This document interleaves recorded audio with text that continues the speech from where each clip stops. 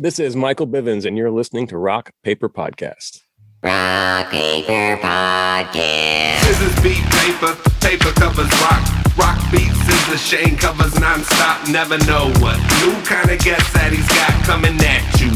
Live and direct on the spot. Could be rock, folk, country, or hip-hop, jazz. All kind of folks that he has. Could be an artist or a comedian to make you laugh on the Rock Paper Podcast. double-decker fudge round, rolling round town. Shane coming at you live and direct from ground zero. He's your hero, he's your bestie. Rock Paper Podcast with Shane Presley.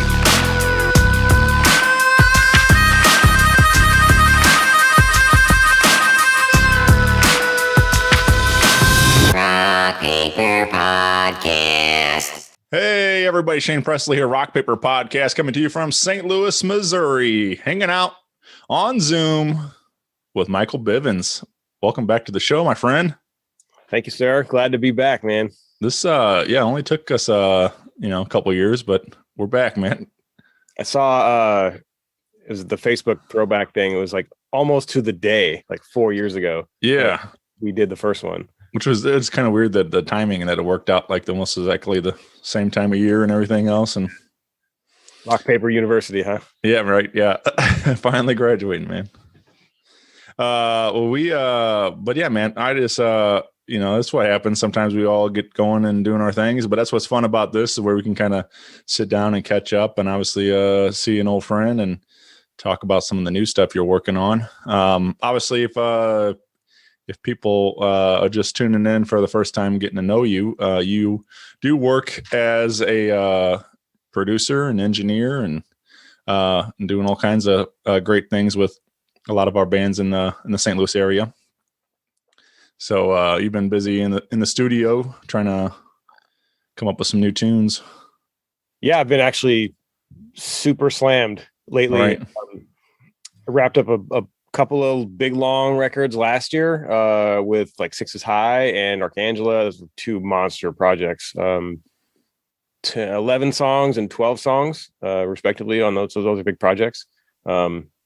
And a couple, 2, 3, 4 song EPs, those wrapped. And then, so now at the beginning of this year, I'm starting some new stuff with a couple of bands. I think I have maybe 3 starting right now, and they're all kind of in the same phase too. All starting at the same time. So we can get into that in a little bit. Yeah. Yeah. I feel like, obviously, it's been documented very, very thoroughly, the whole quarantine and everything. But I feel like maybe it was an opportunity for a lot of these bands just to write. And so I feel like we're at that point now where after a year of, this mess, that we're getting to the point where a lot of bands have a lot of material and ready to record. And it may not be the same for everybody, but I feel like having that downtime was a good opportunity to write and at least come up with some, a bunch of solid ideas. But I also feel like maybe it's hard sometimes too, right? When it's such a bummer, it's like, it depends. I think it all varies on the artist, but like, I just feel like some people probably are motivated by some of that, like having some of the, these different things to help influence ideas, like whatever, even if they're sad songs because of your depression and such a bummer of a state of the world. But so I don't know, I feel like we're gonna, in 2021, we're gonna get like all kinds of really great records of all these bands that have been cooped up and writing new music. Yeah, that's kind of what I saw. I mean, by Thanksgiving or so last year, it was really, really dry for me in terms of work. But then it come January, it was just a floodgate of open, inquiries and conversations with new people and, some old recurring clients who came back. And my theory on that is that, 2020 was just such a beatdown for a lot of people. And like, not, it was obviously COVID, but like the whole election thing too, like all of that stuff Right. was, and everybody was just worn out. And by the time there's Thanksgiving, there's Christmas right around the corner. So it's like, man, I'll just talk to you next year. Yeah. And here they are, we're starting up all these projects and, talking about the productivity of it all. I think it's just kind of, it's a thing. It's like who you are. It's different depending on who you are. And I guess if your circumstances are worse, then, you may not be as productive, but it's kind of all on how you look at it. You can see the positive in it, like Right. you're talking about, and be productive, or you can see the negative in it and, woe is me, lay around and not do anything. And that's kind of the wrong way to look at it, I think. But, like I said, some people are hit with different circumstances, and that can happen. So, yeah, man. Well, you, let's talk about some of the stuff. So like you saying, several groups around town you've been working with and recording, and along with making, some of your own original music. You have a couple of projects of your own that you've been working on as an artist. And, but anyway, we got a ton of stuff we want to share with you today, and a lot of, so all these bands for them, mostly from the greater St. Louis area. Is that correct? Right? Yeah. Yep. So everybody's, so you can get out and support all these people once we get shows going and everything. And of course, find everybody on social media and their websites or whatever, wherever you can get plugged in and download some music. But I wanted to bring up a group called Forgetting January. This is being that we're in February. Everybody, we can make that joke there. Now we can forget January. And but those guys are good friends of mine, and they somebody shared the poster that was popped up in, like, again, Facebook memories kind of thing or whatever. It was like from the third birthday party I threw over at Firebird, and I invited those guys to perform that over there with Hounds and Royal Furs out of Columbia, and it was just a good old fashioned rock and roll show. And but yeah, I'm a real big fan of FJ. Those guys are great guys and make a lot of fun music. Yeah, that album was really cool to do, and I think this would probably be a good time to sort of introduce the new unique offer that I've been doing, because they were really kind of the breeding ground. That project was the breeding ground for this whole idea. So they did 2 EPs with me before, as you may know, and they were more in the style of like pop punk and classic pop punk and stuff. But they were, I don't want to say rebrand, but it was definitely a different direction that they wanted to go musically. So they wanted me to be a little more involved this time. Before I was just kind of like, quote unquote, just an engineer with it, where they brought in their songs and then I just recorded them and say, here's your master, see you later, kind of thing. And now what I'm doing is helping the bands write, helping the bands choose the songs, doing some kind of personal development, if you will, if that's necessary. Just kind of helping the bands grow as artists. And the reason that I like to do that is, we kind of think backwards from, what are the band's goals? So let's just take this year, for example. In 2021, I would say to a band, what do you want to do this year? And if they want to say, well, we want to release, 4 songs a year or 5 songs, singles in a year. So, okay. But we also want to write an album. Okay. So, okay, cool. So how do you want those songs to sound? Like, what are we going for? Are you going to do kind of more of the same thing you've been doing? Or are you going to like do a rebrand like FJ did? Because we're going to be crafting the music to fit sort of your brand, right? So, and the goal is to, create that universe that your listeners can dive into, and with your music as the centerpiece, so to take this back to FJ. So what we did was, I think we did maybe 15 songs total. And some of those didn't make the cut, just because we were trying to craft a specific full length album listening experience from top to bottom. So we wanted a balanced album, not all fast songs, not all slow songs, not all heavy songs. So there's a really good mixture in there.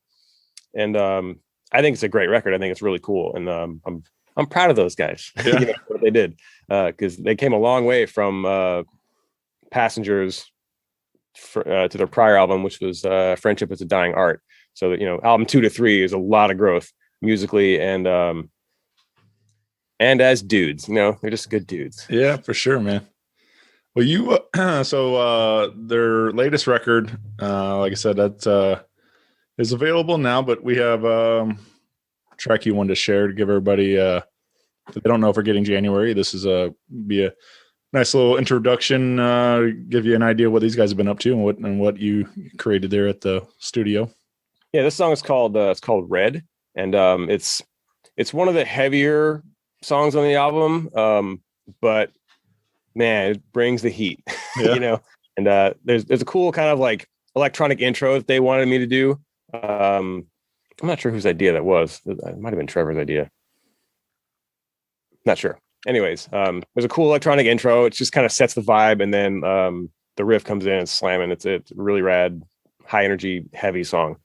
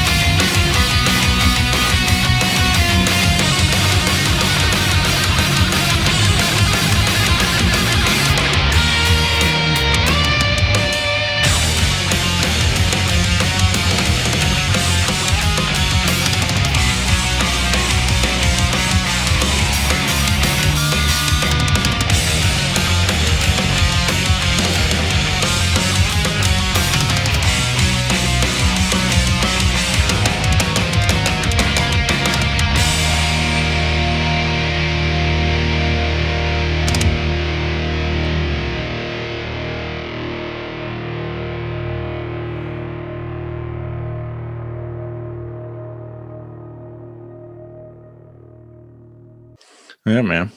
Yeah, it's cool. Obviously with having all these options now as far as like streaming and things, you've been doing utilizing like Facebook Live a lot to like show the insides of the studio, kind of getting what you do, helping you've been making probably release weekly doing that, right? Like sitting down and like kind of going through somebody's song or even various people pitching out their song ideas or something like that, and their own songs that what you might be able to offer to help out maybe a certain track. And then but it's a lot of fun to watch you work like in the studio and seeing all the different things what you're able to do, the different little tricks and stuff to help kind of bring a song to life and different ideas. And so, like I said, you're more than just an engineer. You're actually producing these songs and whatever the artist requires for this particular song. Yeah, for sure. So, with FJ, I feel like I practically joined the band for that album. I got so deep involved. I went to their practices, we jammed together, and I think there's one song on there that I actually wrote the music for, as a riff I had from like 2005, and we made it into a song, and I'm happy to finally get that out, because it sucks having like cool riffs that don't go anywhere. I'm sure everyone can relate to that, every musician. But so I like to take the musical approach to it. I want to make the music better, not just record it and make it sound good, but put my stamp on the music. I think that's the next level of help that I think is very helpful, because if you're writing an album, you kind of get so close to it that you may not even really know what you have, and it's helpful to get that outside perspective, especially for someone who's been doing it for 20 years like I have. So that's helpful too. And even a step farther than that is I like to help the bands and the musicians become better people through their art. So like, whether that be, wisdom on how to be a creative, and how to navigate, the creative process of making little tiny decisions, like, or if a band asks me, what do we got to do to go to the next level? That may be, practice to a click, or, learn some jazz chords, or learn some scales, or practice, this or that rudiments or something like that. It could be stuff like that. It could be, taking some vocal lessons. It could be anything. And so if you do that stuff, not only do you get to do the thing, whether that be, the click practice or the vocal lessons, but you also get to show yourself that you can markedly improve, right? So if, take the drummer to a click example. So let's say they record their practices in January, and then they're not really on the click. But if the drummer or the band as a unit practices to a click for a year, then the next January they're recording their practices all the while. They go back and listen to a year later, they're going to sound super sloppy, because that makes, obviously, practicing to a click is going to develop your sense of rhythm and pocket and stuff. And you'll eventually not need the click, and you'll feel a natural, more solid rhythm within you as a player. And as a drummer, obviously that's kind of important. So if you're the foundation and you're solid and without a click, that's going to make your entire band better. So in a year of you practicing to a click, that makes your band better. And if you can see that difference, holy crap, I did that, and I know how I did it. And so what else can I do that can improve myself? And maybe I'll apply the same sort of, wisdom to it.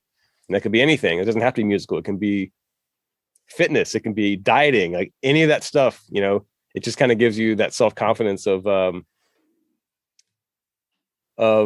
that you can do stuff. It's not all, you're not all helpless. Like, you're not a victim of circumstance all the time. You can help yourself out of your own problems. And that's kind of that's really at the core of the producer / band dad kind of thing. Yeah, man. Well, let's drop in another one. So this is a group called Six is High. Yep. And you've been working with them for quite a while as well, in creating their new material and stuff. So Yep, we just wrapped that album fairly recently, a month ago, a couple months ago, something like that. That situation was not quite as involved as FJ, because they already had all the songs written. Like they did a demo album with almost all the same songs before, so really we were just punching them up, And I might have made a suggestion like, oh, let's cut this pre-chorus or something like that. It's a little, it's not necessary. We're just trim the fat on some stuff. But a lot of that Six is High project was really more about arrangement and a lot of guitar harmonies and stuff that we were kind of writing in the studio and stuff. But the core of the songs were already there. The chords and the lyrics and the melody were already there. So, and they're super great, super catchy songs. So like, I'm staying out of the way of that. If they're good and they're ready, I'm staying out of the way. So it's a matter of me going, okay, they're good. How can I make them better? And that's, like I said, it's just a lot of arrangement stuff at that point. So that was a fun project. Those are good dudes. Yeah. This is a song called Sin City. What anything in particular about this song you remember from the studio or anything, or? It just makes me smile whenever I listen to it. It's just so damn catchy. Yeah. I love it. I think it's great.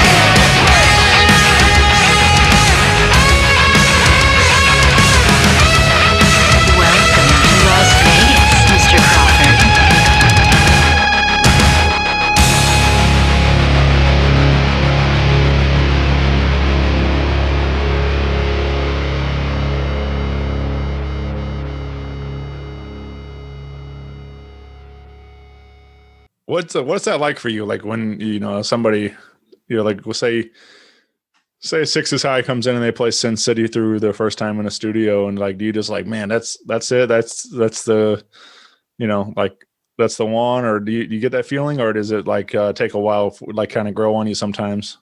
It usually takes a while for me. Like I can recognize at an intellectual level that there's potential and that's the song that we're going to work on. That's the song that we're going to keep. Right.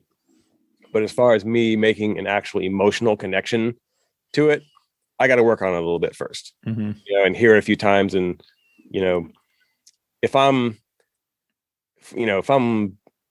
writing the harmonies, the vocal harmonies or something like that, that's when I start to get more attached to it, because I'm like learning all the little pieces of it. I'm putting my own little sauce in there. And it's like a piece of that is coming from me. So like, that's kind of what gets me involved at that level. Right. Yeah. I mean, obviously I come from just as the fan perspective, but like it all varies. Like there are certain songs that hit me the first time. I'm like, man, like, just immediately like the words and, just like I already get it hooked off of the first one. But then like, there's some that like, I mean, I've talked about it a lot, but like a guy like Tyler Childers, at first I was not real big on him. I just, something about his voice just kind of threw me off. Like I just wasn't like super into what he was doing. I don't know what first couple of listens, like I don't get it, man. Like everybody's talking about this guy and I just wasn't clicking for me. And then all of a sudden, like I went back, I was like, maybe I missed something, and I gave it another try. And then all of a sudden I really started diving into what he was talking about in his lyrics. And like, that's, I don't know, now I'm like a super fan. So it's just like, it's funny how sometimes like you, some of those take a second or third listen or whatever. Sometimes you got to give it a, and then I don't know. Some people, I feel like, people are like, nope, I already hate it or whatever. And they're just like, won't even give it a chance and stuff. But like, so not the best way to be. Right. But I get it. Like there's some stuff that's it's just not for me, Oh yeah.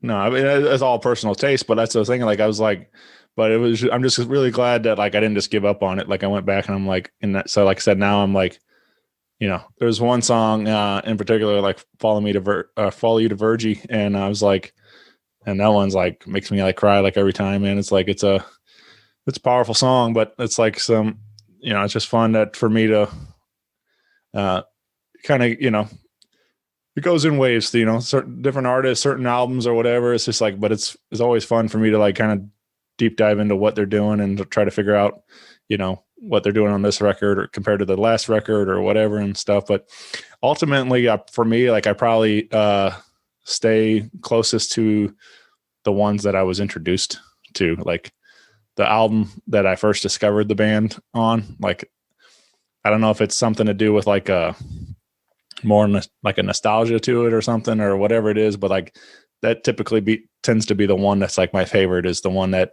I first discovered their group on. So I know what you mean. Yeah. I think nostalgia is, has some weight to it. Like I've done a couple of goofy posts where I like ranked songs by band, which is a total fanboy thing to do. But everything has a hierarchy. So like, I don't know, but it was fun. I tended to do that. The songs that were the most nostalgic were kind of at the top, and like the newer songs were at the bottom, just because they haven't, I mean, in all fairness, they haven't had a chance to sink in yet, because if your favorite band is on their 8th album by now, then there's no way that a song that's 3 months old can compete with a song you've been living with for 15 years. Like, it's just not even a fair fight. Right. Yep.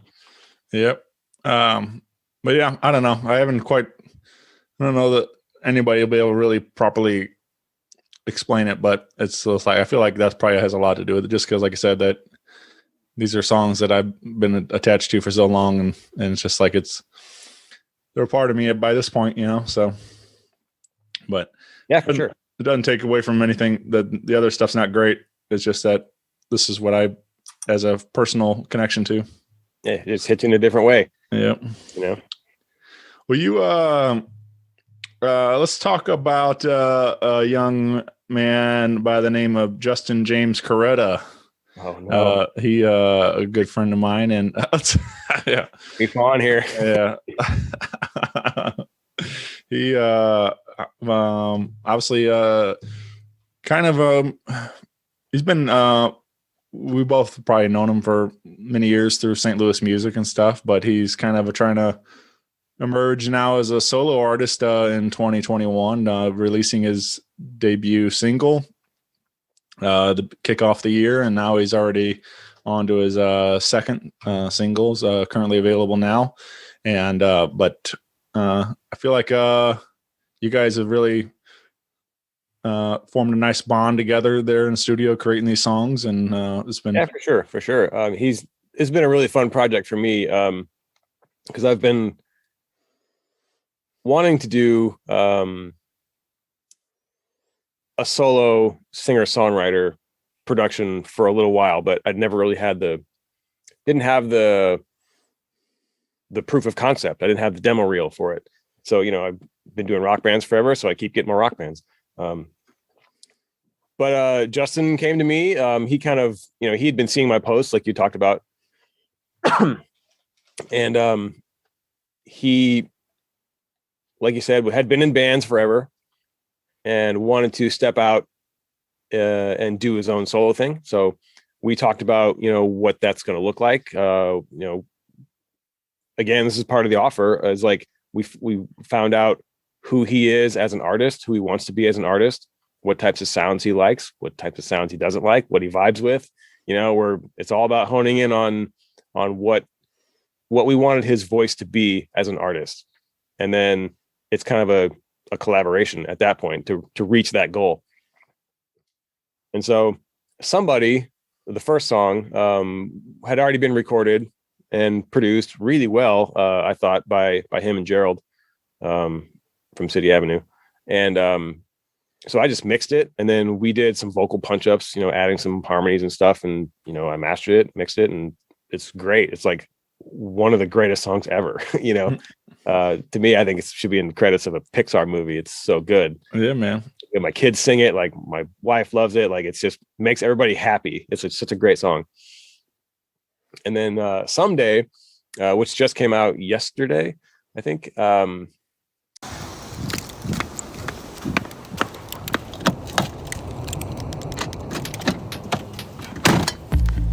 Every day it feels the same. Step outside and hear the frozen rain, and the flame that's burning reaches higher, whispers in my ear that I'm alone in my thoughts now. Someday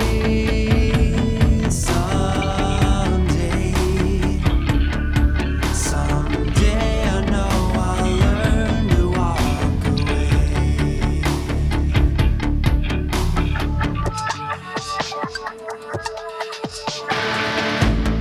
Feeling tired of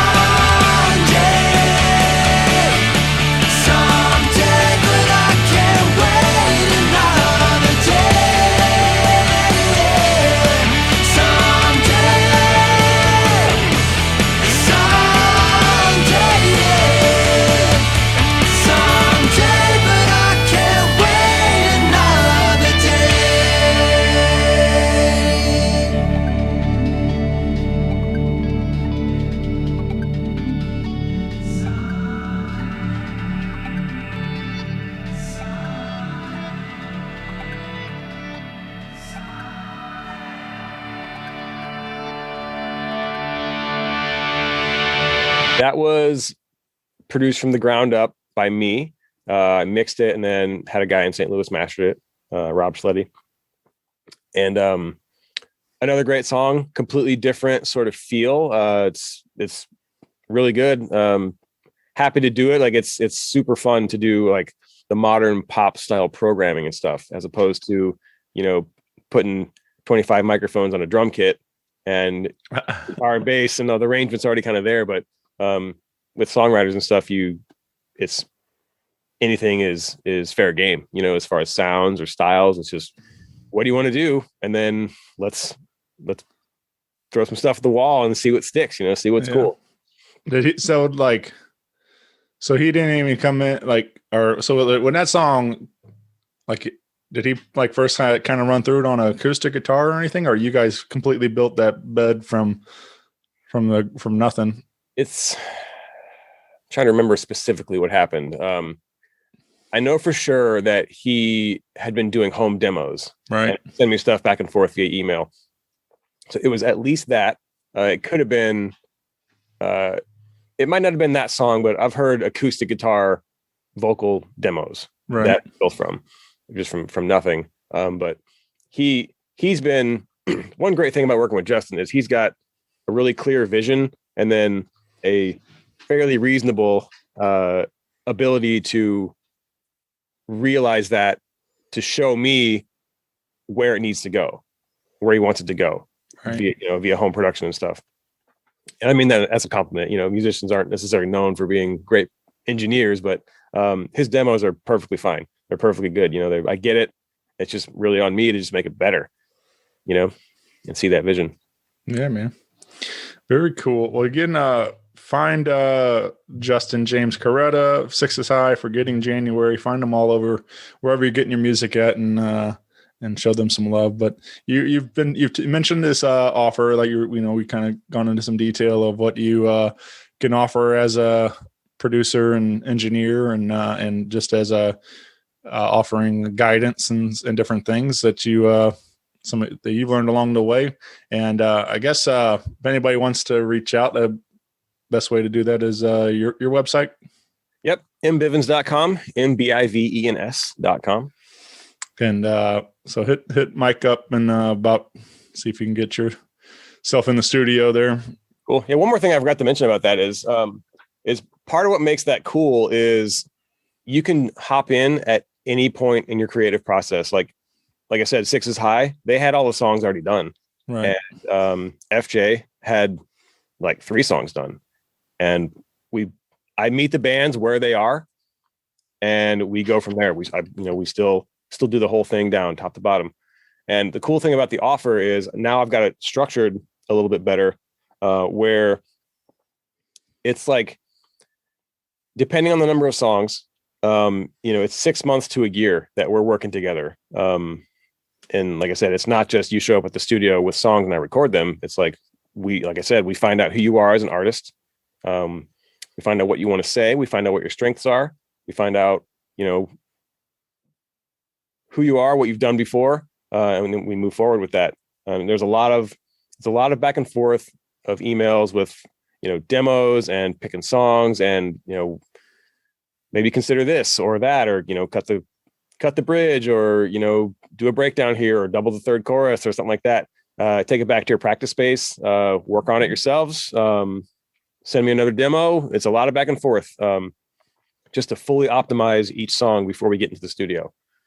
And so then once we get all the songs selected, it's a fairly standard production process at that point. And all along the way, we're thinking about, how is this going to affect, your brand and stuff?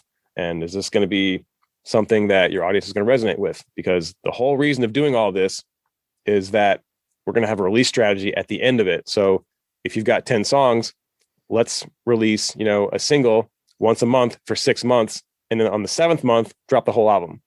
So all this builds up to a release strategy. And why that is good is because you can build momentum within the algorithms of Spotify or whatever platform you're on, so that you can,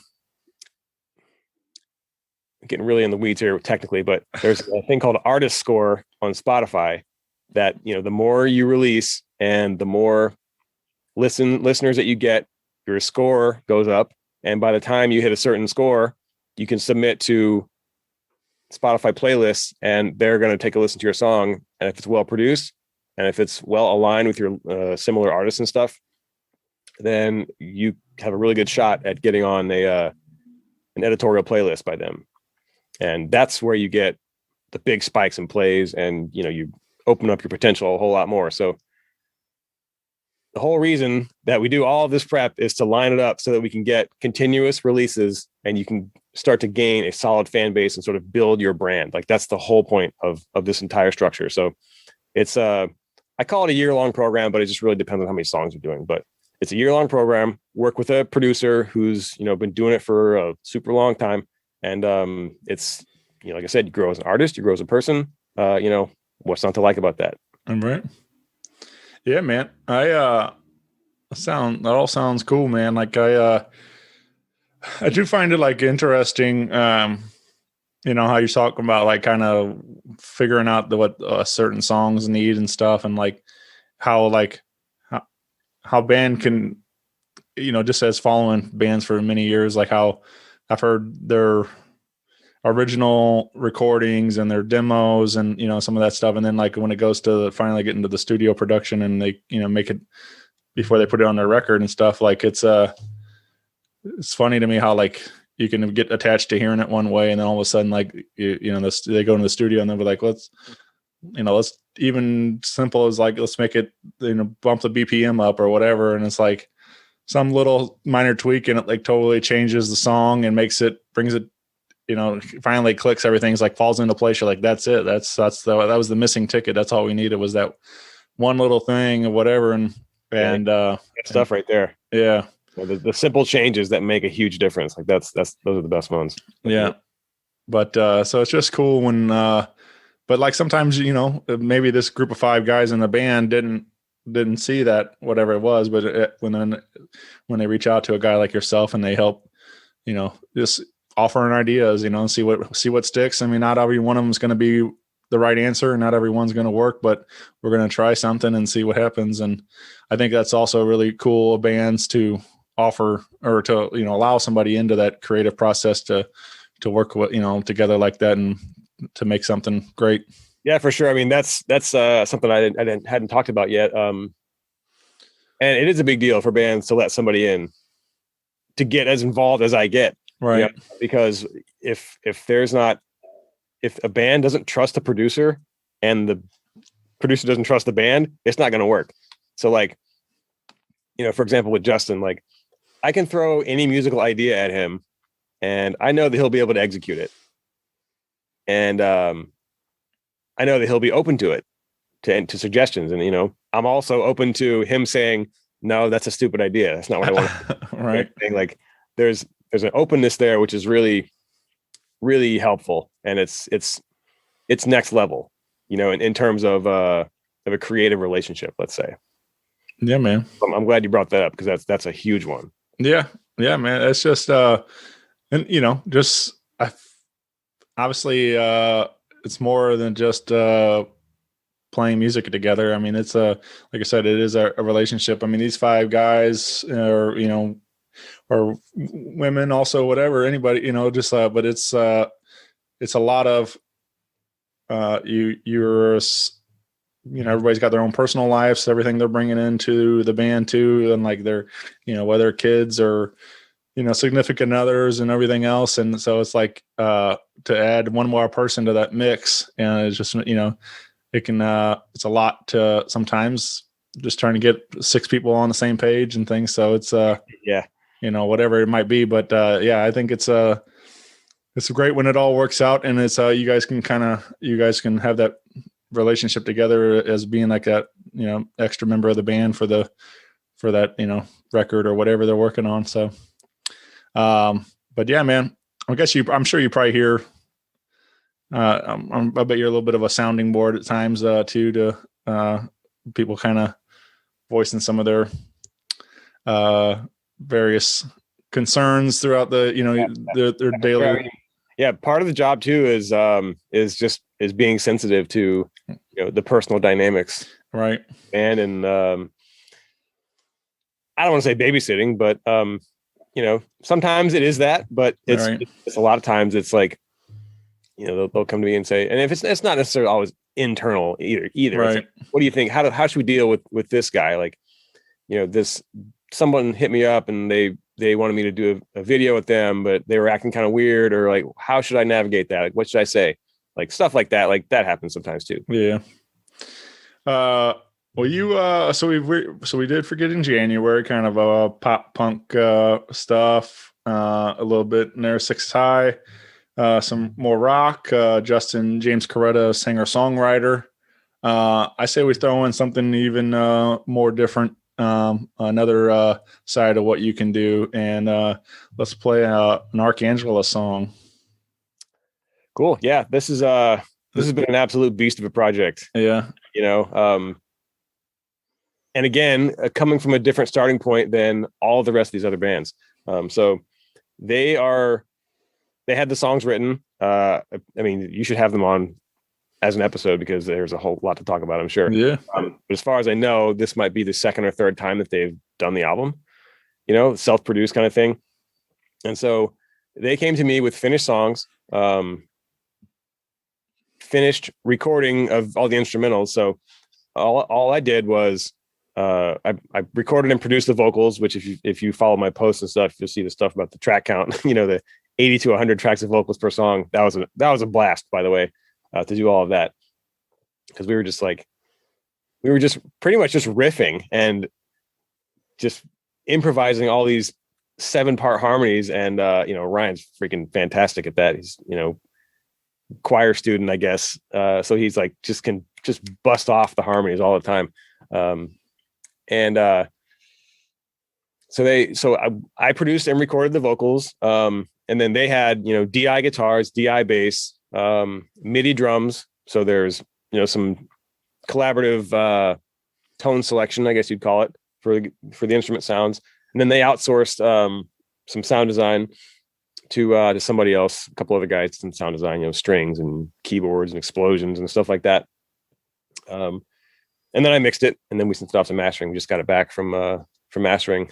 I didn't think it would ever see the day of being completed, which I'm sure Ryan would say the same thing. But it's finally done, and it's been cool. It's a super heavy, super slamming, super extra everything all the time type of album. It's chaos, but it's really cool. Right. Really heavy sounding. Yeah.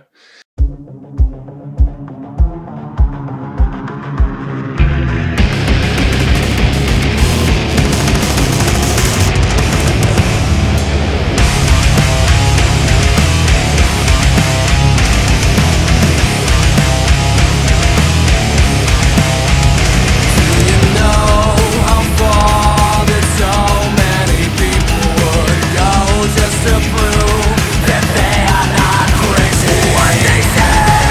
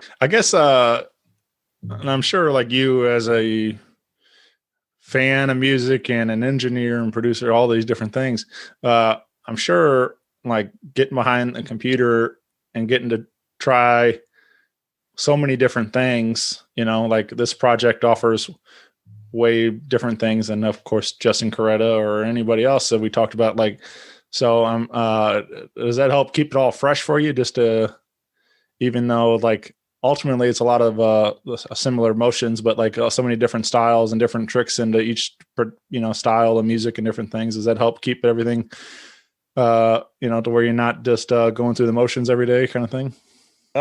Yeah. I don't never really thought of it that way, but I guess it does. Those are all, they're fairly different, those four projects, it does keep it kind of fresh. But the way that I look at it is like, I feel like it's all bashy cymbals, high gain guitars, and loud drums and loud, aggressive, in your face vocals. Like, it's just the differences are nuances to me as an engineer producer. Right. Musically, I know they're different, but pan the guitars hard left and right, turn them up, make the drums big and loud and huge, and then make the vocals, everything's big and huge basically. And it's just, to me, it's I don't hear as much difference as the way you just said it, even though there is. Yeah. If that makes any sense. Yeah. I mean, I get like, I don't know, because that's obviously you're coming, the way you hear music is way different than the way I hear it. Like, so it's like, even though ultimately we're listening to the same thing, but you obviously you can hear all the technical, side of it all and stuff like, so. Yeah, there's the technical side. But I guess coming back to kind of what you were saying is, learning the sort of emotional intent, right, of each artist and band. And that kind of comes back to the offer and stuff. Like I was saying is, I need to get inside the songs and inside the music and inside your intent. And so that I can connect with it in my own way and then make it turn around and translate that through speakers. Like that's ultimately my job. I need to see where you're going, because if I don't connect with it, then I'm not really going to know how to present it. Yeah. Which is why I don't really do any, acoustic jazz or anything like that. Like I'm more into anything with like youth and energy and aggression. Like that's mostly where I'm at. Yeah. Speaking of youth and energy, I remember those things. I remember those. Well, we used to run around in the same circles years ago. I think we were like, I'd known of you in Connibal Road for a long time, just through St. Louis, like Road to Point Fest stuff, all the battle of the band kind of things. Because I was big with Exit 714 and Hollow Point Heroes, who went on to be Outrun the Fall now. But I was, friends with those guys through school, and I was down there at Pops all the time and stuff. But so I've seen many Connibal Road shows, and you guys just released a new EP not too long ago. And finally capped off Ghostlight. It's called the EP is called Ghostlight Part 4, and 4 parts of the whole album. Well, that was a decision we made a long time ago. We wanted to do the whole thing all at once. Thank God we didn't do that, because we would have not put anything out for 6 years. Like it took us 6 years to do it. Not because we were working on it the whole time, but kids and family and houses and all that. It just kind of takes priority, I guess. Right. And so anyways, we put out Ghostlight 4 finally. I think it's one of our best albums yet. The songs are really rad and cool. I think the production is the best it's ever been. Hopefully it doesn't get any worse.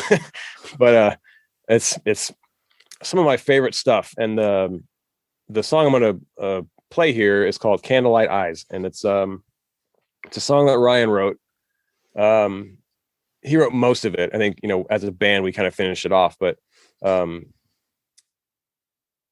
wanted to go in a different direction. With the entirety of Ghostlight is all about, incorporating modern elements into what we had done before and sort of boxing out that active rock thing that we were doing. And so Candlelight Eyes is one of the most extreme versions of that within that album. So it's entirely electronically produced. It's programmed drums and synths and keyboards and a crap ton of vocals and really, really just oozing with vibe. It's so sexy, like just the feel of that of the track. So I hope everybody agrees. It's one of my favorite songs that we've done. Yeah.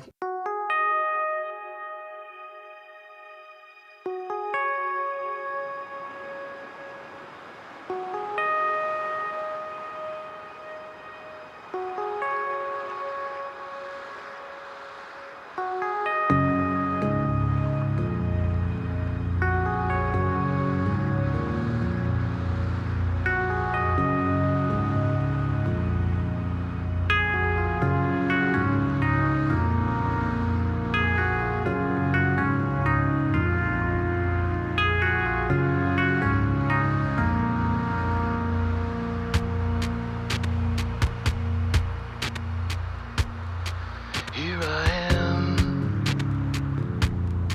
settle down,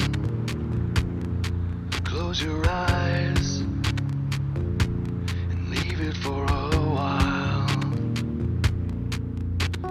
Do yourself a favor and forget that I was here, or become the part of me that loves, but no one will ever see.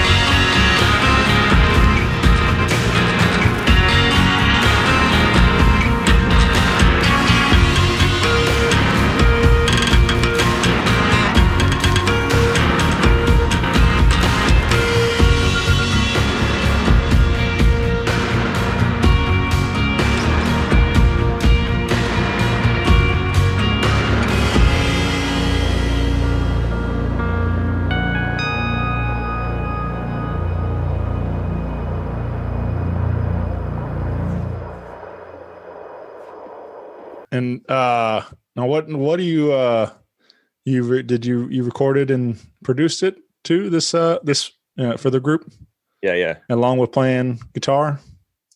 Yep. There's in this particular song, there's not a whole lot of guitar, but there's some in there still. Right. Well, I mean, I'm just saying for the band and all together, you're on the project, you play. Yeah. Right. Yeah. So, yeah, that's and again, that's all readily available wherever you Arkangela and Connibal Road tunes. Yep. You guys, Connibal Roads though, like I said, you guys been doing this for a long time, but you guys, I mean, obviously you haven't really like been super active throughout that whole time, like saying that you guys, but is there any plans of getting on a stage anytime and performing these songs, or what's not at this time? Yeah. Or technically without a bass player, so there's that to deal with. But we just put out Ghostlight 4, and that's kind of where we're at right now. So yeah. Well, right on, man. Well, hopefully we'll make that happen. I think it'd be fun to relive the old times and getting up there and getting to see you rock out again and stuff. And good old days. Yeah. Yeah, man. We got one more project we want to talk about, and this is something even completely more different than everything we've talked about. So yeah.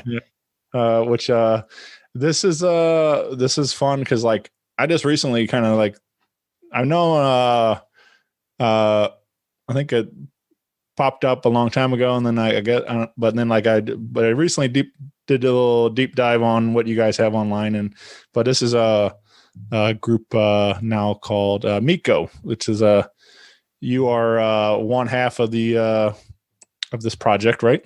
Yep. Hence the name. It's super clever. Mike and Corey. Yeah. Miko. Don't look too far into it. Right. It's the best name we could think of. Spent a lot of time working on that one. Yeah. So this is for me, as you may notice, it's completely different from anything else that we've talked about. Which, as a creative, it's really refreshing to do something that's that different. It's also different for me because I'm used to being like the power guy in Connibal Road, doing a lot of the stuff, whether that be writing or producing and recording, all of that. But with Miko, Corey is kind of the main writer. Like he does the top lining and stuff, writes, at least 80% of the lyrics, if not the full song by the time we record it. And so he's kind of the driver, the creative driver. And then I'm just like supporting him by, filling in the music side of things and the engineering and all that. But it's been super interesting because just like I said, I don't even listen to the genre of music that we do. Right. So I'm taking a lot of direction from him, but I think that's also an opportunity to bring in a new perspective on it. I come at it from down-tuned, high-gain guitars, and all of a sudden I'm in standard tuning again, doing, low-gain Telecaster tones or something. And it's just a completely different way of being a creative, and I find that really refreshing. Yeah. I think, excuse me. I think that's probably has something to do with,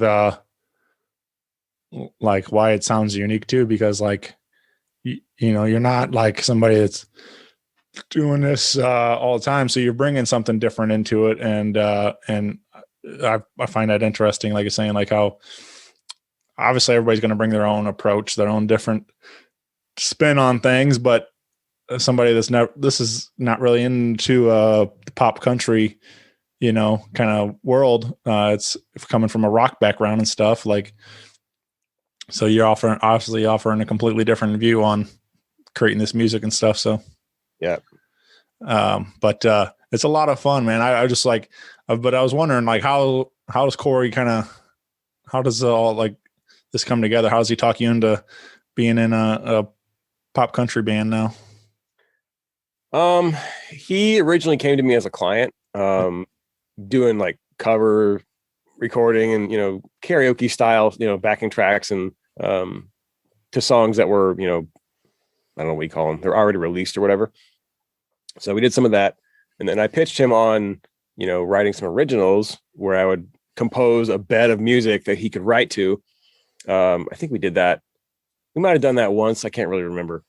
But eventually we just decided to start writing songs together and putting them out as a duo, as an artist. And so,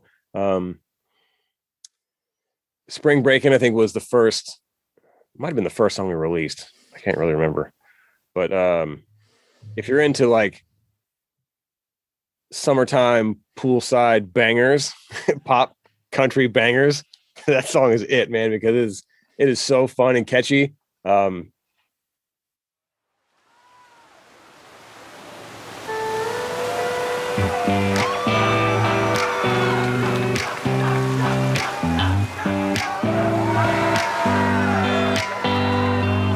was 19 with my hair back, only Cobra lights in my backpack, nothing but swim trunks and a snapback on the beach. You were 20 in a little bikini, no whiskey, only sip martinis, kinda bougie, but that's alright with me. And I don't know what it was, but that first day I fell in love with this pretty little country Georgia bridge. And I knew when break was over, and I finally got sober that this was nothing, but we were together for the week. And we went dancing by the water, making out with someone's daughter, buying cheap shots for $1, not caring about tomorrow. Had that music in rotation on our favorite country station. We were loving it on vacation, just spring breaking.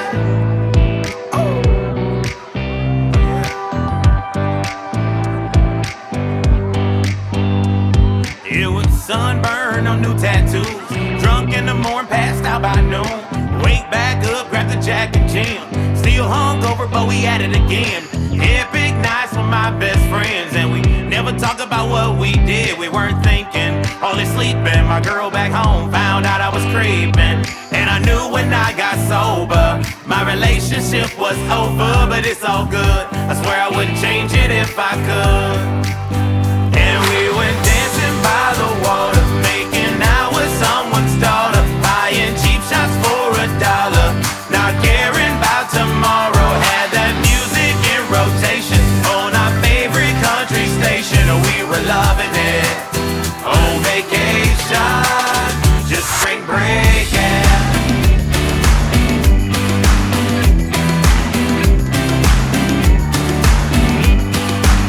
I got my ass in the sand, 'cause I'm too drunk to stand, but I feel like a man with the world in my hand. But tomorrow it's over when my plane lands. Damn. And we went dancing by the water, making out with someone's daughter, buying cheap shots for $1, not caring about tomorrow. Had that music in rotation on our favorite country station. We were loving it on vacation. And we went dancing by the water, making out with someone's daughter, buying cheap shots for $1, not caring about tomorrow. Had that music in rotation on our favorite country station. We were loving it on vacation, just spring breaking. It's great, man. I'm happy to have been a part of it. It's also, as a writer, it's an interesting way to compose too, because like I can write the chords in like 5 minutes, whereas like with a C Road or song or something where it's a lot of riffs and it's a lot of like intellectual composition stuff, it might take days, or if not longer to write in that style. But it's a lot of like, with the pop country stuff anyways, it's a lot of like whole note chords and 4 chords, almost the entire song. Maybe there's a bridge, maybe there's not, but the challenge of that music is making sure that every instrument needs to be there and that the writing is concise and tight and punchy, and there's no fat there. That you're staying focused on whatever the emotion of the song is. You stay on that point and you don't ever drift from it, because you have to be that focused in pop. Which is what I've found, So it's a challenge. Even though the music is simpler, that doesn't mean it's easy to do. Right. Is Corey's taking care of most of the lyrical content then? Yep. Right. Yeah. Yep. He's got a really unique, really, really fun perspective. Like, there's a good level of sass, which I think lends itself to edge and comedy a little bit, so it's, Spring Breakin' is, dancing by the water, making out with someone's daughter. Like that's a little edgy, for a certain perspective. I think it's cool. There's a song we haven't put out yet called Petty, which is, I think it's the greatest freaking song of all time. So that's super, super sassy and super, super, it's a breakup song, but, it's still wishing, that wishing ill will on your ex, I guess, but not too serious. Like, the chorus is like, I hope you stub your big toe. I hope your internet's slow, kind of thing. Like it's super fun, super funny, but it's great. I love that song. Yeah. Yeah, man.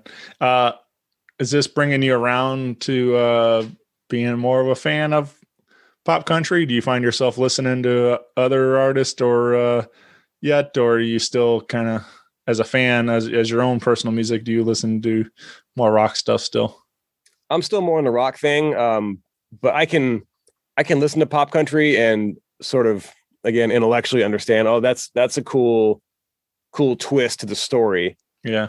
Or something like that. But I don't ever really put it on to play it, and, there's like the occasional pop song that I think is cool, but by and large, I'm back in my old favorites these days, because I'm on a high res audio kick, and oh yeah, not everything's available in high res, so I'm like kind of limited what I listen to in that regard. But yeah,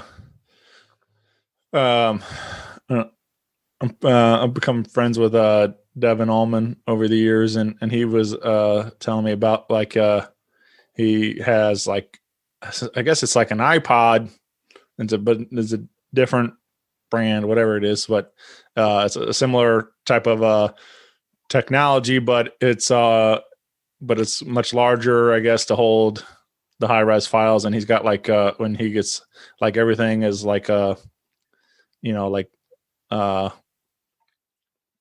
whatever, lossless files or whatever. I don't know. It's they're super large, every track, but he said he went and downloaded I don't know, Michael Jackson Thriller or whatever or something, but he has it on these, and he's and talked about listening to that, compared to whatever, Spotify or these, or whatever various versions, we've heard these songs, obviously, but I don't know, I guess he was talking about how much you can hear with a good pair of headphones and listening to this, these high res versions of these records and stuff. So especially something like that where it's been so celebrated, but you can really hear how much is there in these tracks.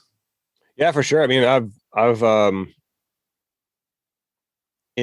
heard things in albums that I've heard 10,000 times. I've heard new elements in these high res files, and it's partly my goal as an engineer was to immerse myself in higher quality audio, just so I got used to that. I expected that out of every sound, everything I heard.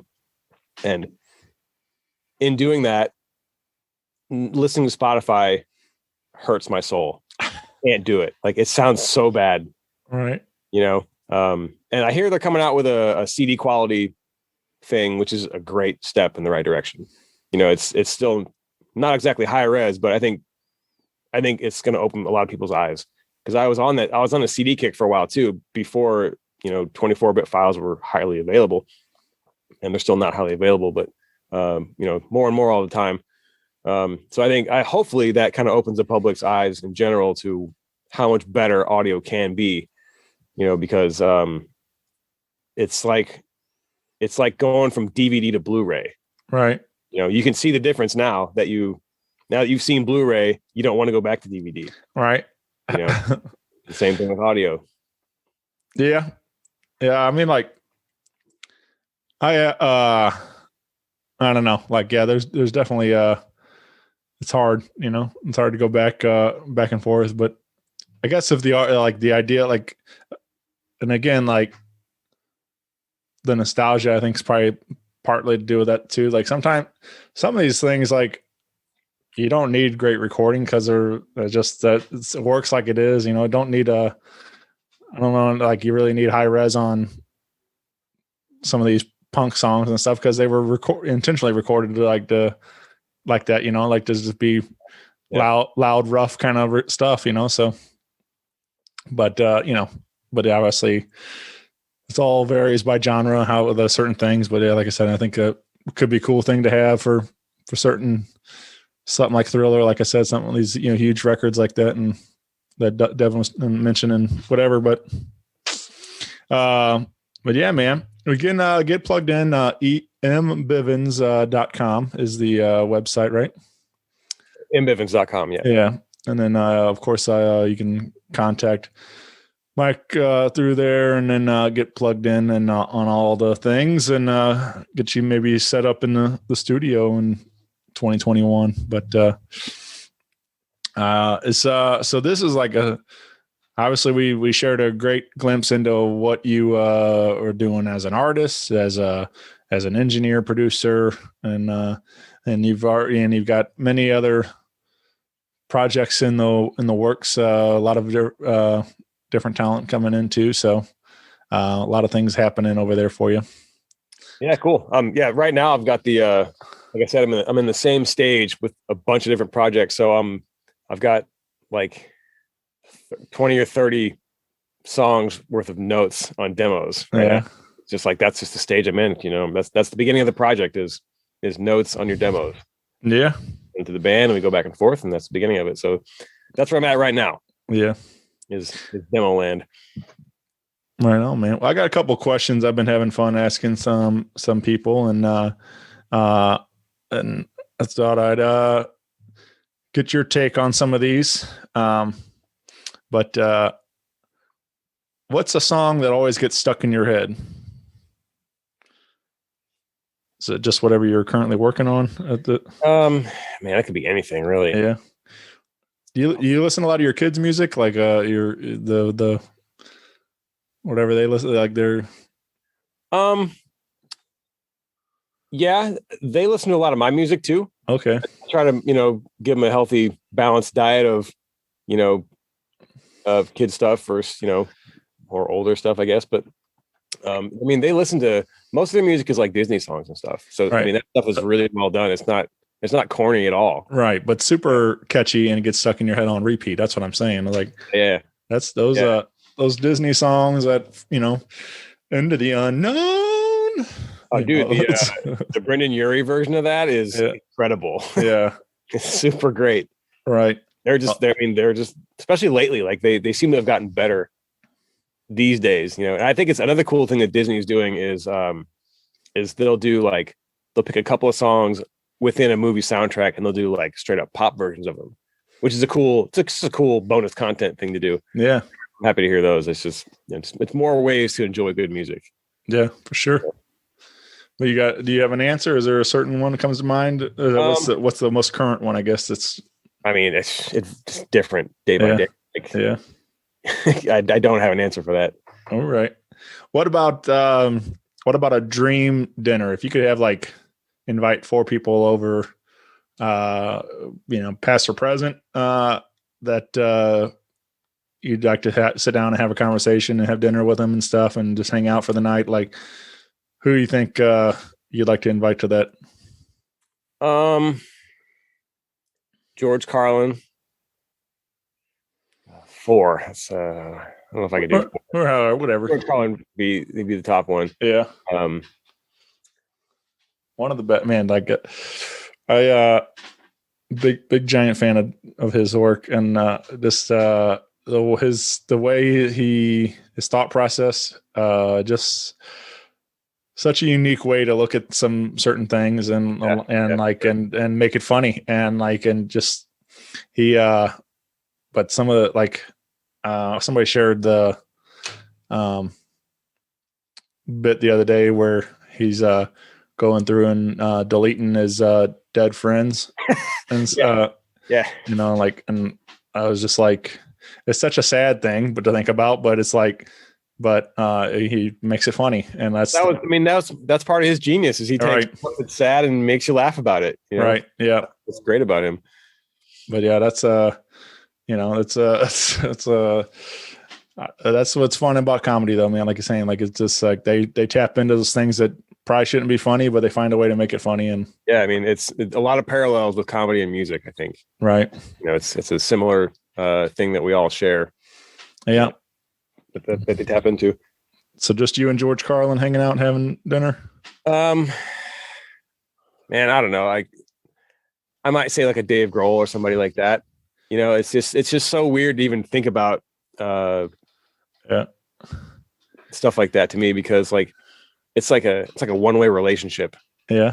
Like if you invite someone over, everything about them, but they don't even know who you are. Like that's just kind of odd situation to think about. It gives me social anxiety, I guess, thinking about it. Something, I don't know. I was speaking of Dave. I kind of talked about it a little bit ago, but he was recently on Stern Show. I don't know if you ever if you caught that at all, but him and the band were on there, and they were talking about the new record, and they played some songs, which they did like a cover of Mississippi Queen from Mountain on there, which was really sounded awesome.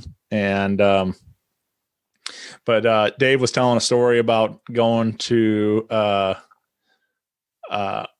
McCartney's house for a dinner and hang out and stuff, and that's what Howard's like, what's that like? And he's like, it's just kind of funny how now it's the other way around. Like now, instead of you being the fan of Dave, Dave's the fan of Paul, and like he's kind of freaking out and stuff. And he's like, but Dave's like saying how you like Paul knows how you feel about him, like he knows, so he makes it, like he said, he does a really good job of making it like where everybody's comfortable there, because not freaking out that they're hanging out with a Beatle and stuff. So yeah. I mean, I guess what makes me uncomfortable about it is just there's such an imbalance there, right? Like, to me, it's Dave Grohl and Paul McCartney. Like, it's not the most equal thing, but they're both like obviously famous, sure, rock stars. So like, yeah, there's a lot of common ground there. Yeah, but but it was funny. He shared a story on there too about like hanging out there, and then of course like everybody's jamming kind of thing. I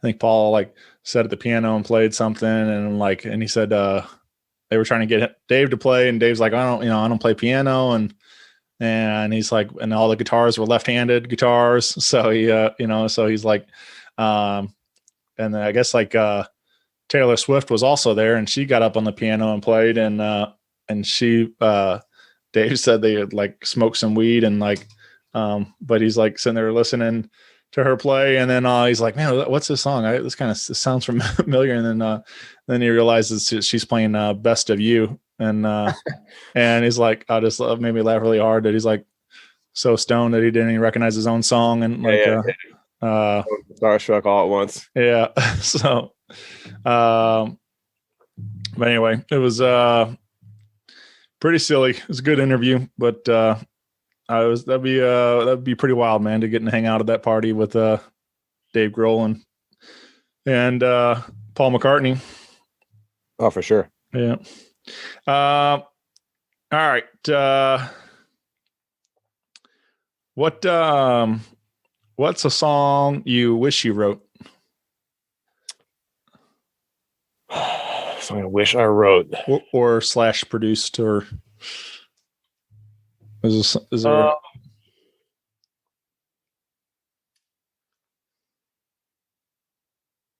I see. I overthink questions like this. I'm thinking of like the song that I would say, and then I think, well, if I did it, then it would be different. Right. You know? But if we're not doing that, then I would say probably Collapse the Light into Earth by Porcupine Tree, or I have, Deftones Riviere. I have no idea what you just said, but I'll have to go find that. It's the saddest, most beautiful song ever. All right. It's so good. I'll have to go check it out. That's what's part of the fun of it too, is like with this question is like allows me, like sometimes people say some things I know, but I love when people say stuff I don't know, because then I get to go find that. So Horizon. yeah. Sure. What about a dream duet or a collaboration? Is there a certain group you or somebody you'd like to work with? Nobody really comes to mind. I just want to work with people who are talented and driven and know what they're going for. Yeah, for sure, man. Yeah, that goes a long way. Just somebody that's willing to put in the work and make that dream possible. I feel like that even with the show, like I meet a lot of various artists and people throughout the years, and I'm all about helping anybody, but like you got to put in the work to help yourself too. Like I can't make it all happen, just myself. Like it's just I don't have that kind of power, but like I'm willing to push you as far as you want to work it and stuff. So but yeah, it's a lot of fun though whenever you do find those, like you're saying, like the people that you click with, and all of a sudden everything just kind of working, and it's like you can actually see results coming from the hard work you guys are putting into it. And so yeah, for sure. I mean, that's what makes it worth doing is because once you hit that level, then you're creating something better than each of you individually could have made. Right. And then making something brand new, and that's that's doubling your value, you might say. That's teamwork, man. Yeah, for sure. The old Tenacious D. That's fucking teamwork. Well, right on, brother. This has been a ton of fun, man. I'm really glad we got to make this happen today. I gotta say, there's one question you asked me on the last interview that we did 4 years ago. Yeah. If I was going to get into producing children's music. Oh yeah. I just started having kids at that time. And I was like, nah, there's no way. It's too whatever. But I make up songs with my kids all the time. Just stupid, on the spot stuff like brush your teeth or whatever, like just completely riffing. And I think about that question all the time. You know what I mean? Yeah. I am doing it. I'm singing songs to kids. Just, they're silly, made up, whatever on the spot songs, but technically I'm doing it. So you're making the kids album 2021? Well, I think it's live performance only. I don't think I'll okay. make a record of it. So right. If you missed the show, then you missed it. I do the same. I mean, I don't have kids, but I mean, like all day long, I don't know. But and so part of me thinks like maybe I should like actually, try to write this shit down and make, or record it, do something like to where I can like see if there's something here. But like they're all just nonsensical, like it's just me making up silly shit that makes me laugh, saying make a comedy album. Right. Yeah. I feel like mine's more of the like Weird Al take on it, just like, which it worked very well for him, but like I just do more like parody versions of songs on the radio. And yeah. That's just my way of saying I think about you almost every day. Oh, right here, man. I think about you. It's like, well, speaking of that, hey, I'll get the threads on here too. There we go. It's like my 6th time wearing it in not very much time. Well, I appreciate the support, brother. That looking sharp in that red there. Yeah, the red, the black on red pops. Yeah, that's what was fun about that is now offering a couple different options as far as color schemes and stuff on it. So Yeah, cool. but yeah, I got a new shirt on today too. Oh, nice. Got the signature hat there too. Yeah. I went and saw Ryan last night and had a good time over there at Red Flag. My first time in there. Good to see that shows are happening again. Yeah, it was really well done. Everybody spaced out, temperature checks at the door. Yeah. Everybody had to be stayed seated but yeah, they were doing it very well, and it was a great show. And room's really super cool. I really had a great time over there last night, man. Like it's I'll get over there at some point. yeah, and it sounds great. Like they obviously it was just more of an acoustic show last night, but as for this big old room, big concrete room, they really did a well job with the soundproofing and stuff, making it sound right in there. Cool. I think Arkangela is doing their CD release show there, so I'll be over there for that for sure. Yeah, but yeah, I'm excited to see a show there with a big old crowd and getting sweaty and having a mosh pit and everything else, whatever. Just like I just feel like that's a lifetime ago. I feel like it's like that's doesn't it? Yeah. So I'm excited to get back into having fun with my friends. Hell yeah, man. But yeah, brother, I appreciate you doing this today and sharing all this with us. And again, get plugged in with all these great bands and Michael Bivens, wherever you're on all your websites and social media and Spotify, wherever you're getting your music. Just do it. Just do the thing. Right on, man. I got one thing to take us out on here. So remember I told you this earlier. Rock Paper Podcast. Rock Paper. There you go. My kids love the theme song. Yeah, man. They make me say it all the time. Yeah.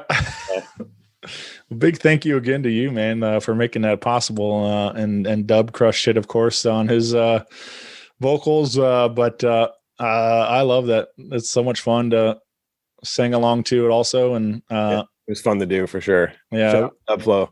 Yeah. That was a fun project to pull together. And I'm really glad you guys helped bring that to life and lend your talents to this show, man. That was, I don't know, but it made me laugh so hard that first time I clicked play on that thing and gave it a listen, and so good. But yeah, and now it's spawned a whole line of T-shirts with my name and face on a shirt. Oh yeah, dressed as Little Debbie, and it's like doubled like a fudge round rolling around town. Yeah, man. Now I'm the Little Debbie guy in town, so I didn't know that would be a thing, but it is. And, I guess there could be worse things. It could. Yeah. A legend in the making, right? Yeah. Yeah. So, yeah, I don't know that it would have all happened if it wasn't for you and Dub. So thanks for making this little boy's dreams come true. You bet, man. But, yeah, thanks, Michael. And, I will, hopefully I'll see you soon, my friend. Yeah. Actually get to hang out and like real people. We'll bump elbows. There we go. All right, buddy. All right, man. Thanks, man. See you.